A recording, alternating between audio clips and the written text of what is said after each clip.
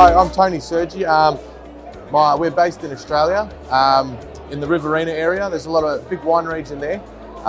We're the market leader in our Gossips brand in Australia, sub $10. We're currently here at this wonderful show trying to get our brand out there and trying to hit the US market. The guys here have been awesome. We're a family-owned business. We've been operating for over 50 years.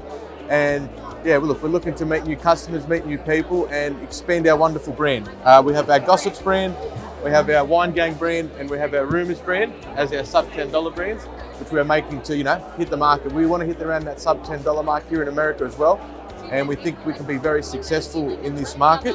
We're open to explore every state into America, and yeah, hopefully this is a successful show.